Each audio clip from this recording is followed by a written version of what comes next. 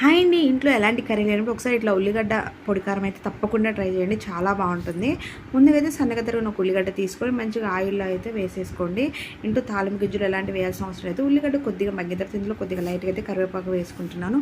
ఇటుపక్క ఇది మగ్గిలోకి ఇప్పుడు వచ్చేసి ఒక చిన్న 4 వెల్లుల్లి అయితే తీసేసుకొని మంచిగా దంచేసుకోండి. ఇందులో అయితే నార్మల్గా అయితే పొడి కారం వేసుకుంటున్నాను. నేను నార్మల్ కారం అయితే వేయట్లేదు. ఇందులో కొద్దిగా చిటికెడు పసుపు కూడా యాడ్ చేసుకొని ఈ వెల్లుల్లి కారం ఉంది కదా అదైతే ఇక్కడ యాడ్ చేసుకుంటాను. లేని వాళ్ళైతే కారం అని వెల్లుల్లి దంచి వేసుకోండి. ఉన్న వాళ్ళైతే పొడి కారం వేసుకోండి. టేస్ట్ అయితే చాలా బాగుంటుంది.